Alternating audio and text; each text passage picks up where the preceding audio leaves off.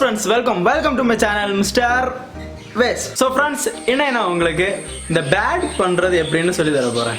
அதாவது இந்த சிறகு அடிக்கிற பறகு எப்படி பண்றது அப்படின்னு உங்களுக்கு நான் சொல்லி தர போறேன்.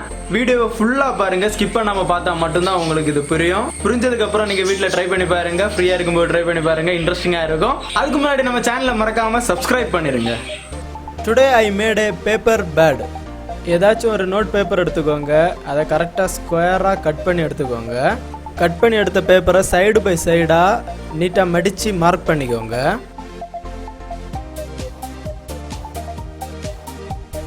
அதுக்கப்புறம் ஏதாவது ரெண்டு சைடு கார்னரை சேர்த்து பிடிச்சிக்கோங்க. பேலன்ஸ் இருக்கிற ரெண்டு கார்னரையும் உள்பக்கமாக மடித்து உள்ளாடி அப்படியே பெண்ட் பண்ணி வச்சுக்கோங்க. பார்த்தீங்கன்னா தெரியும், அது இப்போ ஒரு குட்டி ஸ்கொயர் ஆகிடுச்சு. இந்த குட்டி ஸ்கொயரில் லோவர் பார்ட் வந்து ஃபுல்லாகவே க்ளோஸ் ஆகியிருக்கும். அப்பர் பார்ட்டில் தான் எல்லா எட்ஜுமே இருக்கும், அந்த பக்கம் ஓப்பனில் இருக்கும்.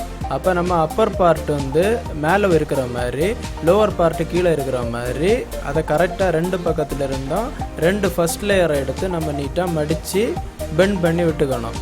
அப்போ நமக்கு கீழே ஒரு கோன் ஷேப்பு கிடைக்கும். அந்த கோன் ஷேப்பை நம்ம ரெண்டு பக்கத்துலேயும் நம்ம அடையாளப்படுத்துகிற மாதிரி மடக்கி விட்டுறணும்.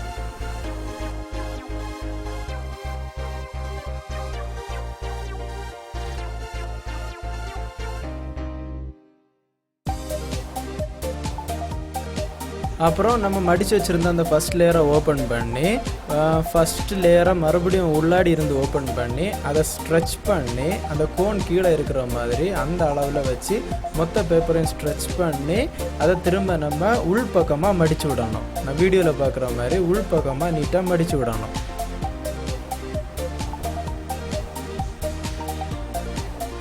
இது போலவே அடுத்த பக்கமும் ஃபஸ்ட் லேயரை ஓப்பன் பண்ணி உள்ளாடி இருக்கிற லேயரையும் ஓப்பன் பண்ணி ஸ்ட்ரெச் பண்ணி நீட்டாக உள் பக்கமாக மடித்து விட்டுருங்க.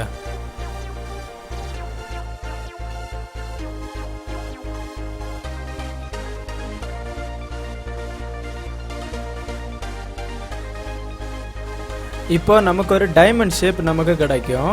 அதில் வந்து கீழ்ப்பக்கம் வந்து கோனாக இருக்கும் பார்த்துக்கோங்க. அந்த கோன் பகுதியை நம்ம மேலே எடுத்துடணும். அந்த கோன் பகுதிக்கு ரெண்டு பக்கமும் இருக்கிற ஒவ்வொன்றையும் நம்ம சிறகாக யூஸ் பண்ண போகிறோம். அப்புறம் மேலே இருக்கிற ரெண்டையும் தான் நம்ம வாலாட்டும் கழுத்தாகவும் மாற்ற போகிறோம்.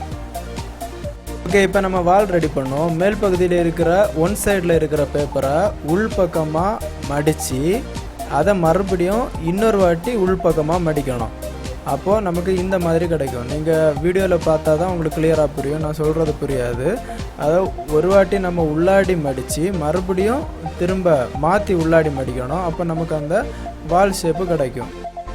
அடுத்த சைடும் இது போலவே உள்பக்கமாக எடுத்து நம்ம மடித்து மறுபடியும் அதை உள்பக்கமாக மடித்தோன்னா அந்த வால் ஷேப்பில் திரும்பவும் கிடைக்கும். அதுக்கப்புறம் நம்ம லாஸ்ட் அந்த எட்ஜில் அந்த எட்ஜு டிப்பு மட்டும் கீழே பார்க்குறது மாதிரி நம்ம மடித்து உள்ளாடி விட்டுட்டோன்னா அது பார்க்குறதுக்கு பறவையோட நெக்கு போல் இருக்கும். அதுக்கப்புறம் ரெண்டு சிறகை நீட்டாக ஆப்போசிட் சைடாட்டு வளைச்சி விட்ருங்க. இந்த வீடியோவில் பார்க்குறது மாதிரி நீட்டாக வளைச்சி அதை மடிக்க வேண்டாம், சும்மா வளைச்சி மட்டும் விட்டுட்டா போதும். இனி ரெண்டு கண்ணு வச்சிட்டோம்னா பறவையோட வேலை முடிஞ்சிடும். ஒரு பென் இல்லைன்னா மார்க்கர் வச்சு தலையோட ரெண்டு பக்கமும் புள்ளி வச்சு விட்டுக்கோங்க. அதோட நம்ம பறவை ரெடி ஆயிரும். இனி நீங்கள் அதோட கழுத்து பகுதியை பிடிச்சிட்டு வாலை பிடிச்சி இழுத்தீங்கன்னா அது சிறகடிக்கும். இனி பறவை பறக்கிறத பாருங்கள். வீடியோ பிடிச்சிருந்தாலும் பிடிக்கலைனாலும் மறக்காமல் கீழே கமெண்ட் பண்ணுங்கள். உங்களோட கருத்தை நீங்கள் கீழே தெரிவிக்கலாம். இந்த பறவை எப்படி இருந்துச்சுன்னு கீழே கமெண்ட் பண்ணுங்க. வீடியோ பிடிச்சிருந்தா லைக் பண்ணுங்க, பிடிக்கலனா டிஸ்லைக் பண்ணுங்க, பிடிச்சிருந்தாலும் பிடிக்கலனாலும் சப்ஸ்கிரைப் பண்ணுங்க.